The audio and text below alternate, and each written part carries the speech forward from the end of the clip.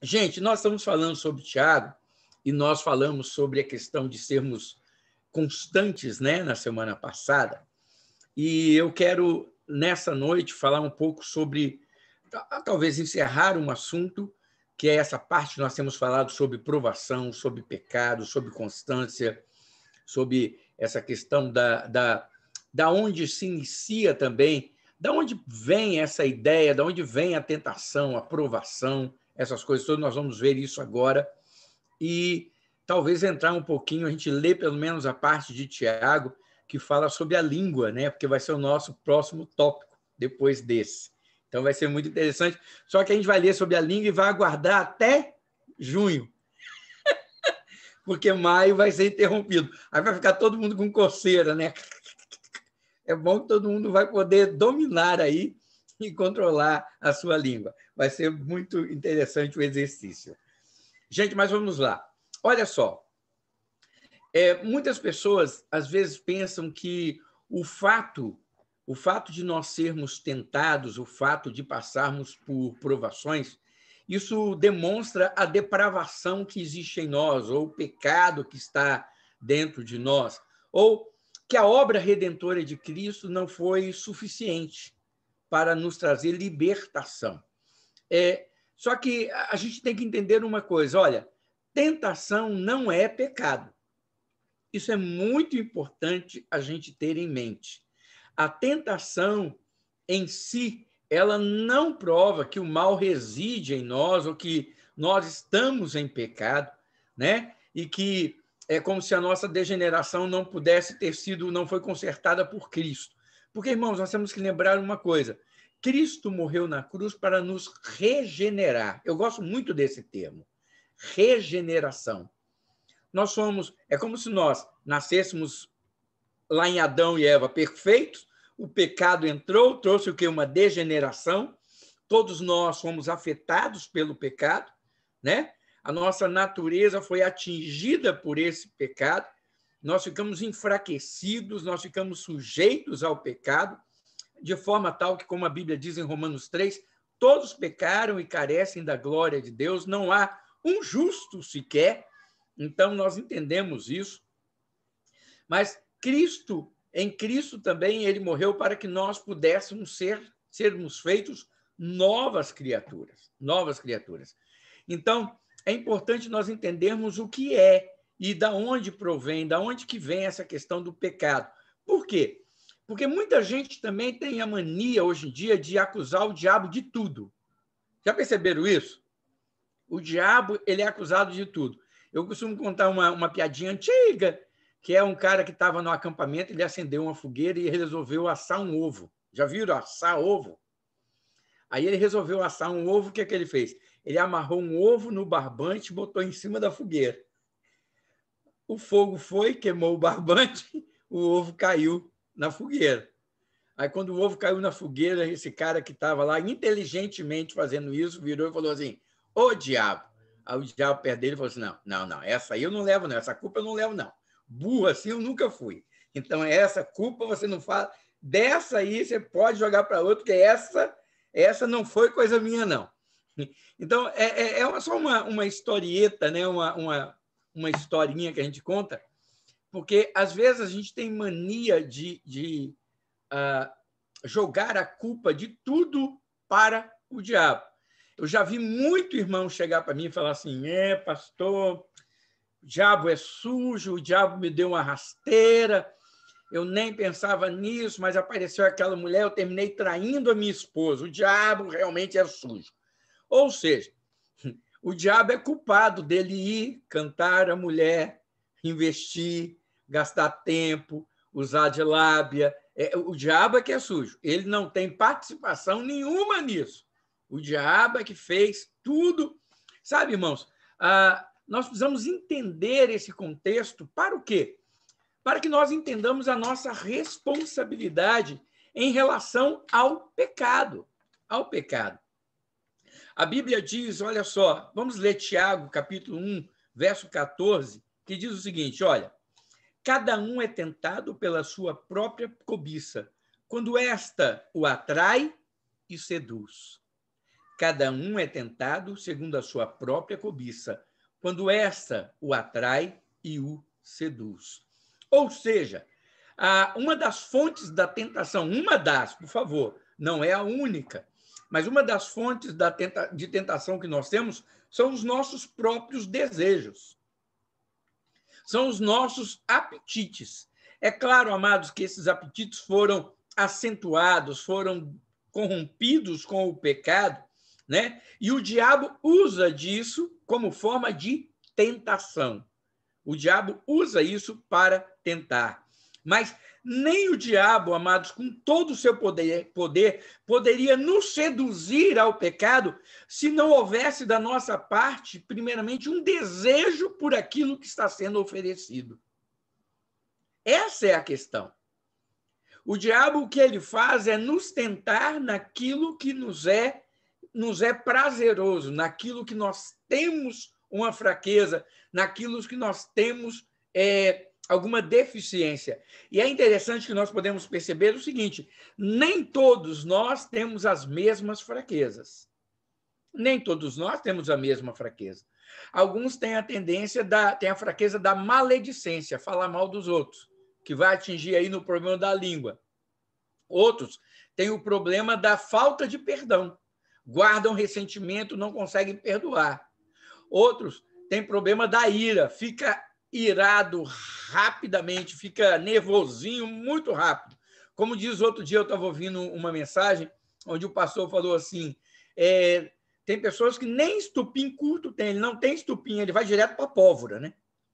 Nem estupim ele tem, é pólvora pura. Puf, só ligou, explode. Então, é interessante que outras pessoas podem ter problema com o quê? Com a impureza. A impureza dos olhos, a impureza da fala, a impureza moral, não conseguir se controlar sexualmente, a lascívia. Então, nós temos várias fraquezas em várias áreas. Por exemplo, nós temos pessoas que têm tendência, que têm a fraqueza para a nicotina, que o cigarro, né, o vício, o cheiro, aquilo atrai. Outros repudiam isso. Outros uma fraqueza para o álcool. Então, irmãos, são tantas as coisas que nós poderíamos aqui nomear e cada um de nós temos fraquezas diferentes. Então, o que é que o diabo usa para nos tentar? O diabo usa exatamente aquilo que é a nossa fraqueza. Aquilo que nós temos como cobiça. O que é cobiça? Essa palavra cobiça aqui, que está dizendo aqui no verso 14, né, no versículo 14 de Tiago 1, e ele continua no versículo 15 falando sobre essa questão, não quer dizer aqui um desejo pecaminoso, fala de um desejo acentuado. A palavra cobiça quer dizer um desejo forte. Um desejo forte. Isso que significa a palavra cobiça. Aquilo que eu cobiço quer dizer aquilo que eu tenho um desejo muito forte de ter. Quando Paulo escreve, falando que se não fosse a lei, nós não conheceríamos o pecado, porque se a lei não dissesse não cobiçarás, nós não saberíamos o que é o pecado da cobiça. Ali ele não está falando, irmãos, desse desejo forte. Ali, no caso de Paulo, ele está falando do decálogo, ou seja, dos 10 mandamentos. E nos 10 mandamentos fica muito claro a questão da cobiça. Por quê? Porque lá fala, não cobiçarás. Só isso? Não. Não cobiçarás o quê? Então, mostra o que você não pode ter o desejo de ter de uma forma desacerbada, de uma forma descontrolada.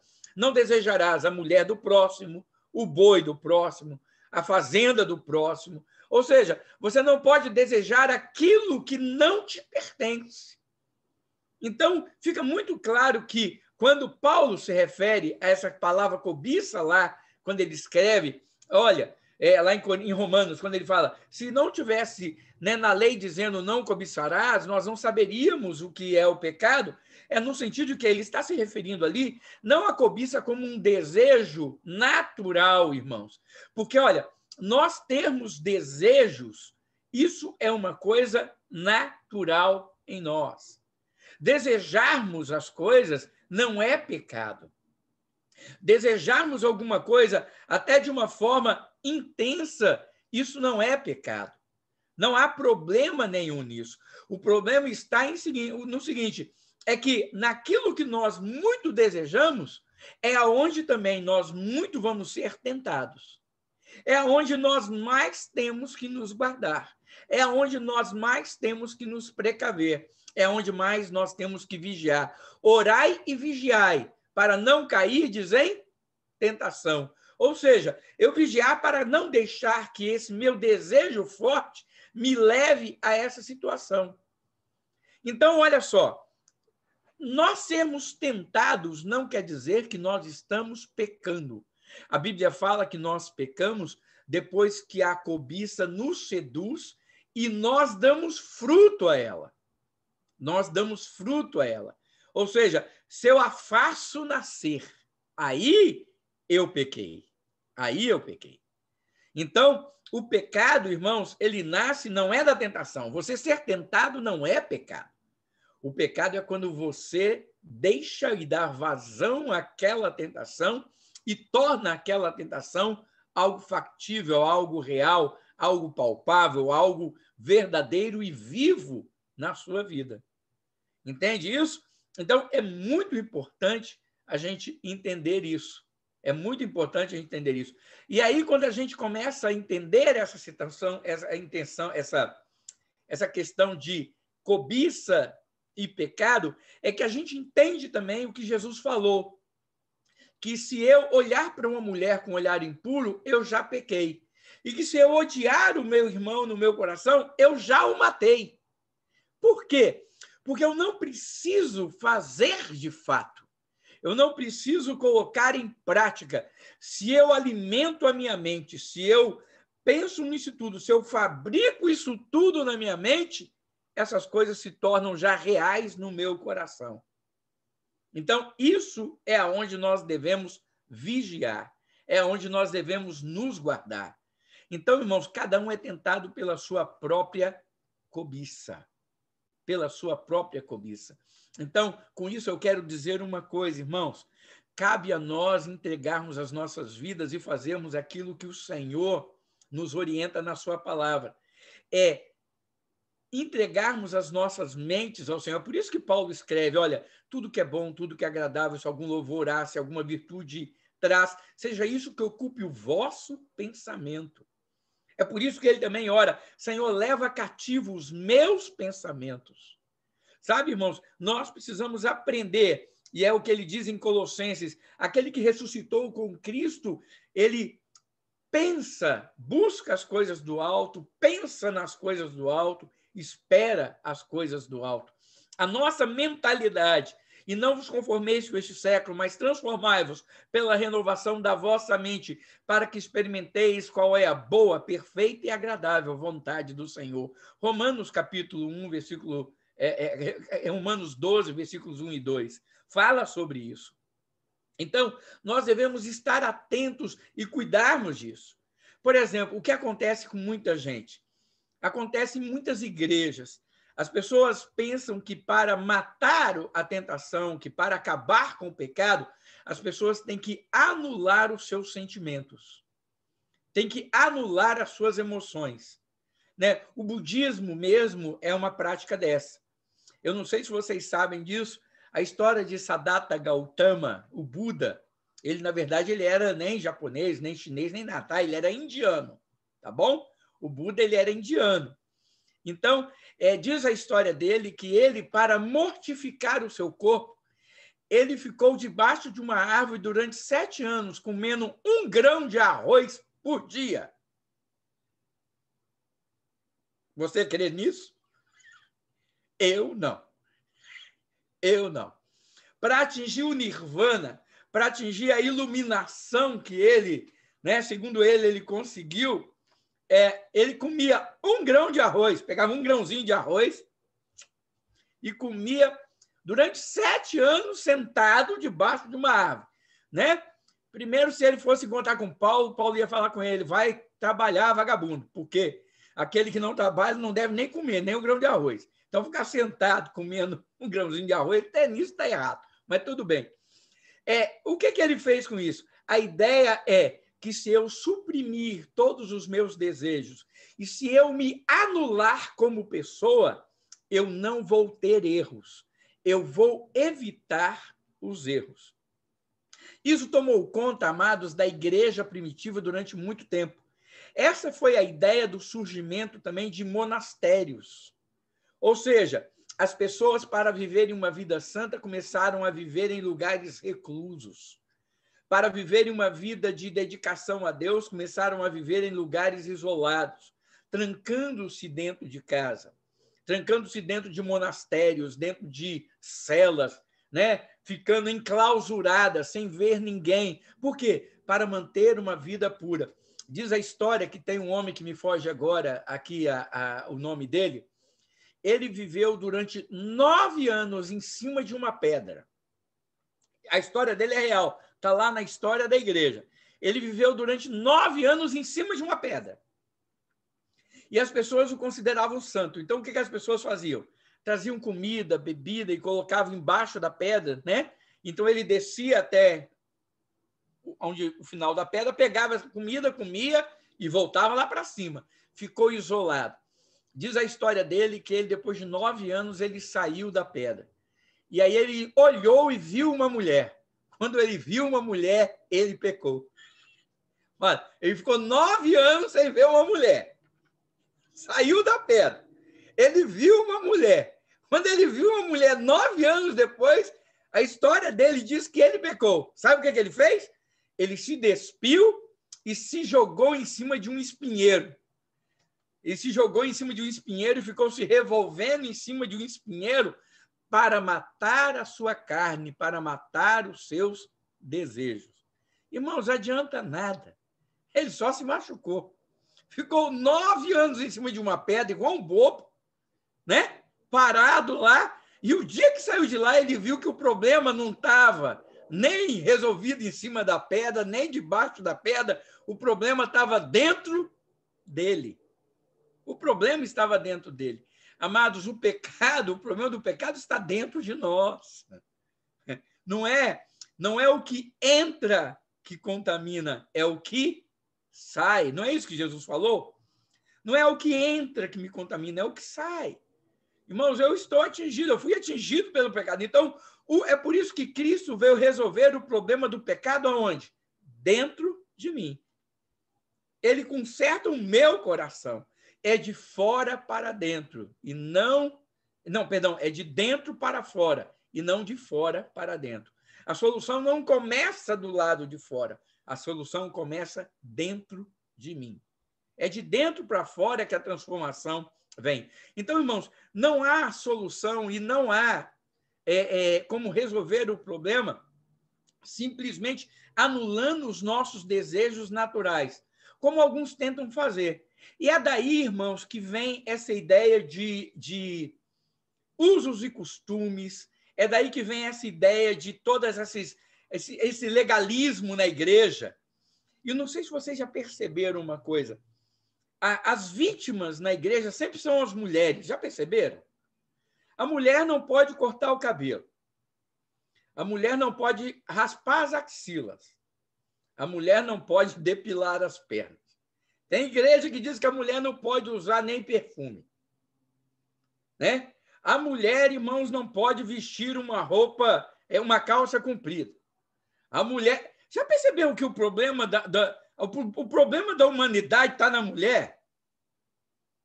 Mas, irmãos, o problema não está na mulher, está no olho do homem, está no comportamento do homem.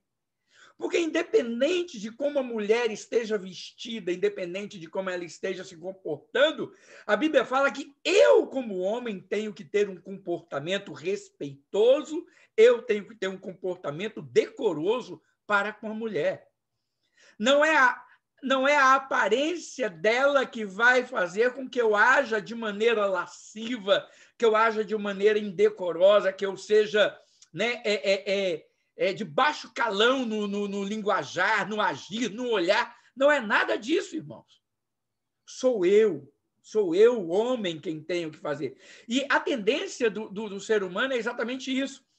Para refrear os seus apetites, para refrear os seus desejos, coloca-se, então, regras e mais regras, tentando minar, tentando proteger quem ele é. Só que o problema, irmãos, não está nisso. Porque quando ele fica sozinho, ele é tentado e peca. Quando ele fica sozinho, ele é tentado e peca. Por quê? Porque ele é tentado pela sua própria cobiça. Pela sua própria cobiça. Essa coisa de transferir a responsabilidade da culpa do pecado para o outro, este é um problema muito sério. Muito sério. Ou seja, nós devemos entender uma coisa, irmãos, que, como cristãos, nós realmente não devemos viver segundo os nossos apetites, os nossos desejos. Nós somos agora sujeitos à vontade de Deus, mas nós não somos condenados por Deus por termos desejos e termos apetites. Isso é normal, irmãos. Isso é normal. Olha, eu acho interessante quando Paulo escreve aos Coríntios e ele fala o seguinte: olha, às viúvas e aos solteiros, eu gostaria de dizer que seria bom se eles permanecessem como estão, assim como eu sou também. E aí ele fala o quê? Por que Paulo fala que era melhor permanecer solteiro, viúvo e etc.? Porque a igreja de Corinto, a igreja daquela época, vivia debaixo de uma perseguição muito grande. As pessoas eram martirizadas, estavam sendo martirizadas. Então, é aquilo. A pessoa que casava, ela ia sofrer. O que Paulo está dizendo, se você casa, você vai sofrer, porque essa pessoa que você casou pode ser levada para ser torturada, pode ser levada para ser apedrejada, e aí pronto. Né? Uma pergunta para as mulheres aqui. Qual de vocês gostaria de casar com Paulo? Um homem que vivia apedrejado, vivia na cadeia, não tinha emprego fixo, né? Vivia andando por lá. Alguma das irmãs gostariam de casar com Paulo? Fala a verdade. Difícil, não é não? Ia dar problema, porque, olha, ia ficar a irmãzinha ali, né? A esposa ali no pé dele. Paulo, vai viajar de novo? Você gosta mais de Silas do que de mim, né? Ia ser mais ou menos nesse nível, né? Então, irmãos, não dá certo. Então, por isso que ele fala isso naquele contexto. Agora, ele fala uma coisa. Existem pessoas que precisam se casar para não viverem o quê? Abrasados. O que ele quer dizer abrasados? Pessoas que têm desejo sexual a ponto de não conseguir se conter. Não é que uma pessoa que viva sozinha, ela não tenha desejo. Mas, às vezes, o desejo sexual que ela sente não é tão forte a ponto de fazê-la sentir-se atribulada e tentada nesse sentido. Outras pessoas são. Então, aí o que Paulo recomenda? Olha, é melhor você casar do que viver abrasado. Ou seja, ele não está condenando o desejo que a pessoa tem. Estão percebendo isso? Deus em nenhum momento vai condenar os nossos desejos, porque são desejos que ele mesmo colocou em nossos corações, colocou em nossa vida. Está no nosso instinto. Então, são desejos que são latentes a nós, são naturais. E esses desejos não são errados. O errado é o quê? É nós extrapolarmos nisso. É nós exacerbarmos nisso e fazermos o quê? Disso um ponto de desejo tão forte e quando somos tentados nele, nós caímos. Eu posso ter um desejo forte? Posso. Ter um desejo forte é pecado? Não. Mas eu tenho que lembrar que eu posso ser tentado nesse desejo. Para o quê? Para que eu venha a pecar nele. Então, eu tenho que vigiar nesse sentido. Irmãos, e é por isso que a Bíblia fala que para vencermos a tentação, para vencermos o pecado, nós temos que fazer algumas coisas. Tiago 4,7 diz assim: portanto, submetam-se a Deus, resistam ao diabo e ele fugirá de vós. Ou seja, o diabo ele vem tentar, ele é o tentador. Mas como é que a gente resiste ao diabo? Então, primeiro, eu me sujeito a Deus. Ninguém resiste ao diabo sem primeiro se sujeitar a Deus. Por quê? Porque nós não temos forças em nós mesmos. Eu não tenho força, irmãos, para resistir ao diabo. Outro dia eu vi uma pessoa falando do diabo, né? O diabo, irmãos, é um leão banguela. O diabo é um leão que... E começou a depreciar. Vai brincando com o diabo, irmãos. O diabo ele veio matar, roubar e destruir. Ele não é brincadeira, não. Ele é o inimigo das nossas almas. Então, nós devemos vigiar. Não fica brincando. Sede sóbrios e vigilantes, disse Pedro. O diabo, vosso adversário, anda ao derredor, bramando como um leão, procurando alguém para devorar. Ou seja, não brinque com essas coisas. Esteja atento em relação a isso. Então, irmãos, nós devemos entender uma coisa, que para vencermos os nossos pecados, nós não precisamos anular a nós mesmos, nem aniquilarmos os desejos humanos que Deus colocou em nós como homens desde a criação. Não é esse o problema. O problema não está em nossos desejos, tá? O problema não está em nossos desejos. Por quê? Porque é isso que as pessoas fazem muito.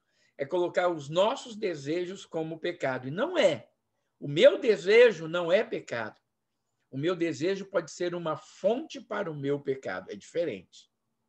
Pode ser uma brecha por onde o diabo vai me tentar. E se eu não vigiar, porque, olha, tentação também não é pecado. Jesus foi tentado, não foi? Ele pecou? Não. Ele foi pecado. E aí, quando a gente pensa, então, nesse termo, né, uma pergunta bastante... Se a gente pensa que Jesus foi tentado, então nós podemos dizer, Jesus cobiçou? Cobiçou. Uai, ele não teve fome? Muita fome. Ele foi tentado no quê? E tendo fome, ó, o diabo vem e tenta o quê? Fazer com que ele prove a sua deidade, prove como ele é, quem ele é Deus, fazendo o quê? Mostrando o seu poder na hora de comer, né? Transforme essas pedras em pães. Aí você pergunta, Jesus ele tinha desejo forte de ser reconhecido como filho de Deus? Sim. Olha, se lance daqui de cima. Se você se lançar daqui de cima, todo mundo vai ver que você é o filho de Deus. Por quê? Porque dirás aos teus anjos, dará ordem que não te deixará tropeçar. Olha só, Jesus tinha o desejo de ser reconhecido como filho de Deus? Claro que ele tinha. Jesus tinha desejo de ser adorado pelas pessoas como o filho de Deus que ele era? Também. Olha, se você prostrando me adorar, eu te darei o domínio sobre toda essa... Não foi isso que o diabo fez? O diabo tentou a Jesus naquilo que ele tinha o quê? Desejos. Naquilo que ele tinha vontade. Mas ele não pecou. E a Bíblia fala que o diabo se afastou de Jesus até momento oportuno para tentá-lo outras vezes. Então, a Bíblia diz em Hebreus o seguinte, que nós temos um sumo sacerdote que pode se compadecer de nós, porque ele foi tentado em todas as coisas à nossa semelhança. Em todas as coisas. Jesus, como homem, sentiu todas as tentações que nós sentimos. Então, ele foi tentado na questão sexual? Também. Ele era homem. Ele era o filho de Deus, mas ele era homem na sua plenitude. E ele foi tentado como homem também. Mas ele fez o quê? Não. Não. Entenderam isso? Então, irmãos, o ser tentado não quer dizer que nós somos pecadores. Isso é muito importante nós entendermos. E é por isso, irmãos, que nós devemos entender que nós não podemos ficar proibindo as pessoas de gozarem de uma maneira natural da vida. Sabe? É muito interessante isso. Por quê? Porque nós nos tornamos legalistas e religiosos quando nós tentamos impor sobre os outros regras que cortam a alegria, que deixam, que suprimem aquilo que as pessoas são na sua natureza, naquilo que a gente é. Sabe? Existe um lugar onde, por exemplo... quer ver uma coisa, irmãos, que eu acho... esse negócio de crente não poder dançar. Já ouviram esse negócio de crente não poder dançar? Gente, por que crente não pode dançar? Me explica por que crente não pode dançar. Onde é que está o problema? Há problema? Eu não vejo nenhum. Nem eu, nem o Marciano. Tenho certeza. Né, Marciano? Eu não vejo. Irmãos, O que acontece é o seguinte, eu não vou dançar qualquer tipo de música. É isso que está na questão. Eu não vou dançar em qualquer tipo de ambiente. Eu não vou... Vocês estão entendendo o que eu quero dizer? O problema, irmãos, não está em nós termos e desfrutarmos da alegria e da vida. Não há problema nisso. Porque quando a gente tenta suprimir essas coisas, amados, a gente tenta simplesmente colocar as pessoas debaixo de regrinhas que não redundam e que não mudam nada na vida das pessoas. Olha o que diz Colossenses 2, 20 a 23. Olha o que diz. Já que vocês morreram com Cristo para os princípios elementares deste mundo, por que é que vocês estão como se ainda pertencessem a ele e se submetem a regras? Olha só, irmãos, presta atenção nessa leitura. Você pode ler depois de novo. Se vocês já morreram com Cristo para os princípios elementares deste mundo, por que é que vocês estão como se ainda pertencessem a ele e se submetem a regras? Não manuseie isso, não prove aquilo, não toque. Todas essas coisas estão destinadas a perecer pelo uso, pois se baseiam em mandamentos e ensinos humanos. Essas regras têm, de fato, aparência de sabedoria com sua pretensa religiosidade, falsa humildade e severidade com o corpo, mas não têm valor algum para refrear os impulsos da carne. Está lá em Colossenses. Paulo escreveu falando o seguinte, olha, esse negócio de eu não poder comer, não poder tocar, não poder fazer, isso só tem uma aparência de religiosidade. Isso só traz um rigor severo, né? Olha como eles são severos, olha como eles são dedicados. Mas isso, irmãos, não tem valor nenhum para cancelar pecado. Não é isso que cancela, que muda pecado. Amados, o que deve mudar em nossos corações, o que vai nos libertar do pecado, é uma vigilância e uma vida com Deus. E lembrarmos de uma coisa, irmãos, que mesmo sendo crentes, nós estamos sujeitos a pecar. Não há aqui, eu garanto, neste grupo que está aqui, não há aqui alguém que, mesmo depois de convertido, ainda não tenha pecado. Ou tem alguém aí? Deixa eu ver se vai aparecer alguma mãozinha levantando aí. Ah, mesmo depois de crente, você já pecou, então, né? Oh, que coisa! Irmãos, é por isso que mesmo quando nós pecamos, nós podemos lembrar que nós temos um advogado à direita de Deus intercedendo por nós. Sabe, queridos? Então, não é rigor ascético, não é lutar contra as nossas emoções que vai nos dar a vitória sobre o pecado, mas é uma busca constante de Deus. Quando pecarmos, reconhecermos que pecamos, pedimos perdão e consertarmos, e vivermos e procurarmos viver sempre da maneira correta. Amém? Então, irmãos, somos tentados não porque o diabo é ruim somente, ele é ruim. Somos tentados porque nós damos munição para que ele seja ruim nas nossas vidas. Então, vigie. Com isso, o que eu quero dizer é o seguinte, o diabo é bom? Não. Ele é o inimigo das nossas almas. Mas nós não pecamos por culpa do diabo. O diabo nos tenta. Nós pecamos porque nós escolhemos fazer isso ao darmos vazão às nossas cobiças, como diz Tiago aqui. Amém? Está aberto aí para perguntas, comentários, e aí nem vai dar tempo para a gente ler a parte da língua, é bom que vai guardar para junho. Vamos lá. Alguém quer perguntar, falar? Fica à vontade.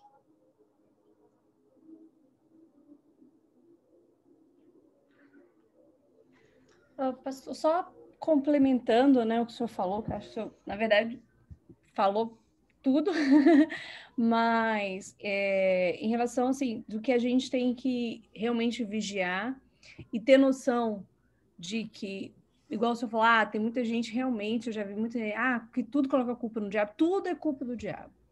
Então, o diabo, tudo que acontece é o demônio, é alguém que tá fazendo e não reconhece a sua culpa. Né? Eu falo, me lembrei assim, lá no Éden, quando Deus perguntou para Adão, a primeira coisa que ele fez foi, foi ela me deu, entendeu? E aí não, foi essa. Então, assim, o não reconhecimento, você não entender que é você, que isso é uma falha sua, que, claro, o diabo ele tá aí para tentar.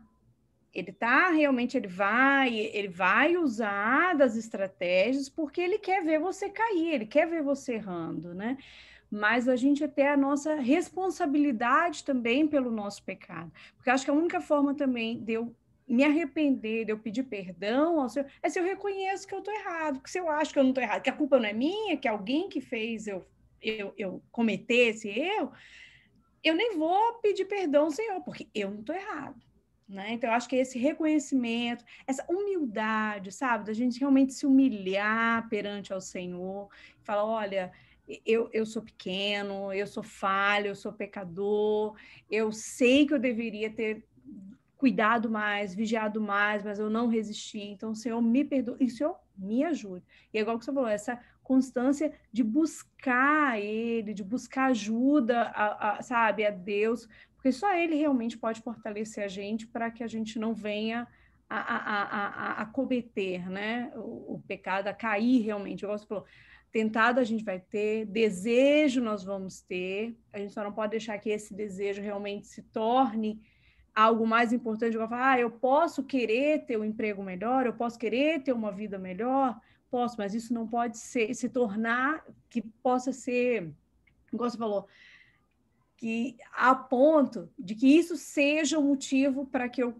peque, entendeu? Para que Exato. seja um motivo para que eu vacile, para que eu caia, né? Eu falo, tem gente, talvez assim, já vi casos de gente, de que o sonho talvez era ser mãe, e o fato de ter um filho, aquilo vira uma idolatria, a tal ponto que não é uma coisa, ser mãe é uma coisa ruim, ter filho é uma coisa, não é, né? Esse desejo não é.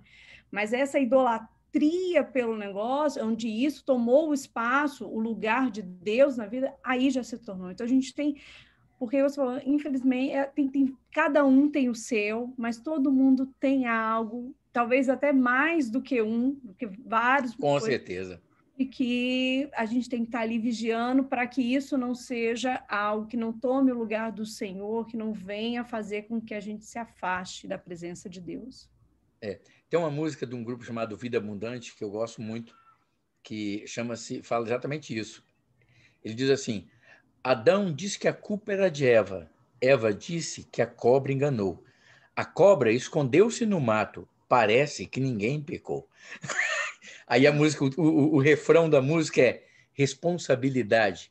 Ninguém quer enfrentar a possibilidade de alguém vir me culpar. Né? Ou seja, a gente sempre tem a tendência de... Irmãos, deixa eu falar aqui, olha, isso é tão sério, essa questão de não assumir a responsabilidade, e é uma desculpa tão boa que eu já vi esposas defender os maridos que as traíram, dizendo: não, pastor, o diabo enganou eles, como o diabo é sujo. Ele me traiu com aquela mulher porque o diabo cegou ele, o diabo fez isso. Ou seja, ele não foi nem um pouquinho sem vergonha, não. Sabe? Ele é totalmente inocente. É o diabo que fez tudo. Isso é uma forma também da gente esconder e tampar a responsabilidade de dizermos para a pessoa: olha, você é responsável pelo seu ato. Qual é o ato? Quando a gente sabe que uma pessoa se arrepende? É quando ela reconhece o seu pecado. Quando ela não transfere responsabilidade. Ela reconhece: eu pequei, eu errei. Né? Por isso que a gente vê ali, eu gosto sempre de citar aquela oração do publicano e do fariseu. O publicano bate no peito e fala: tem misericórdia de mim, pecador. O fariseu: eu não sou como ele. Olha aí. Era pecador pior, mas eu não sou como ele. Eu faço isso, eu faço aquilo outro, eu faço... Sabe, essa coisa de não assumir a sua culpa, a responsabilidade. Isso é um problema muito sério. Então, quando a gente arranja desculpa demais, né, a gente nota que a pessoa, então, ela não se vê pecadora. Ela culpa outro pelos seus erros. E o diabo, na igreja, irmãos, é o maior culpado pelo pecado. Quando, na verdade, eu vou falar, o diabo não é culpado pelo pecado. Ele é culpado pela tentação. O culpado pelo pecado sou eu, é você, cada um de nós. E é por isso que a alma que pecar, essa vai prestar conta do seu pecado. Cada um de nós dará conta de si mesmo a Deus. É o que Paulo fala. Cada um de nós dará conta de si mesmo a Deus. Então, é por aí. Maravilha. Alguém mais quer? Fala, Hudson. Pastor, está me ouvindo bem? Estou. Eu queria que você... Me parece assim, que o desejo e a cobiça, eles estão muito perto um do outro. Você poderia falar um pouquinho mais dessa questão? Olha só. Quando a gente fala... A palavra cobiça, ela significa desejo. Só que você usa... Ela é um desejo forte. Um desejo forte. Por exemplo, você pode desejar muito se casar. Isso é errado? Não. Agora, se você enganar uma mulher para casar, para ter o seu desejo satisfeito, isso é pecado. Você entendeu? Você pode desejar muito, vamos botar aqui, você pode desejar muito uma posição na sua empresa. Né? Você trabalha ali muito tempo, você fala, puxa, eu posso desejar muito essa posição. E o seu coração está ali, você deseja, você trabalha em prol daquilo. Há erro nisso? Nenhum. É um desejo forte. Mas aí vem o diabo e fala assim, lá, se você falar isso de Beltrano, Beltrano que está no páreo com você vai ser jogado fora, vai ser colocado para escanteio. Aí você vai e começa a agir de forma desonesta, nos bastidores, para alcançar o seu objetivo naquela posição. Aí você acabou de ser o quê? De ser tentado e cair nessa tentação. Entendeu? Então, os desejos que nós temos, Hudson, são desejos que eles existem em nós. E, em alguns momentos, esses desejos eles vão se mostrar maiores ou menores, dependendo da circunstância, dependendo da época, dependendo do que a gente almeja. Por exemplo, você pode desejar muito ter dinheiro, e aí vem a tentação de você ser corrupto. Entendeu? Aí vem a tentação de você ser corrupto. Um pastor pode desejar muito ter uma igreja cheia de pessoas. Olha, o pastor, eu quero ter um auditório. E aí vem a tentação para que ele não pregue o evangelho real, que ele enfraqueça a mensagem do evangelho para ter o auditório cheio, todo mundo feliz, ninguém ouvindo aquilo que não quer ouvir. Isso pode acontecer? Pode. Então, são desejos que nós temos, mas que esses desejos são a fonte também das nossas tentações. É onde o diabo vai vir, é onde ele vai tentar nos seduzir. Isso não quer dizer que nós tenhamos que cair nelas, mas é geralmente onde nós falhamos, porque é onde nós temos a nossa fraqueza, o nosso desejo mais forte. Tá certo? Então é mais ou menos isso aí. Mais alguém quer falar alguma coisa? Ou nós vamos orar já, então? Maravilha. Ok. Então, todos hoje já estão aí. Então, gente, só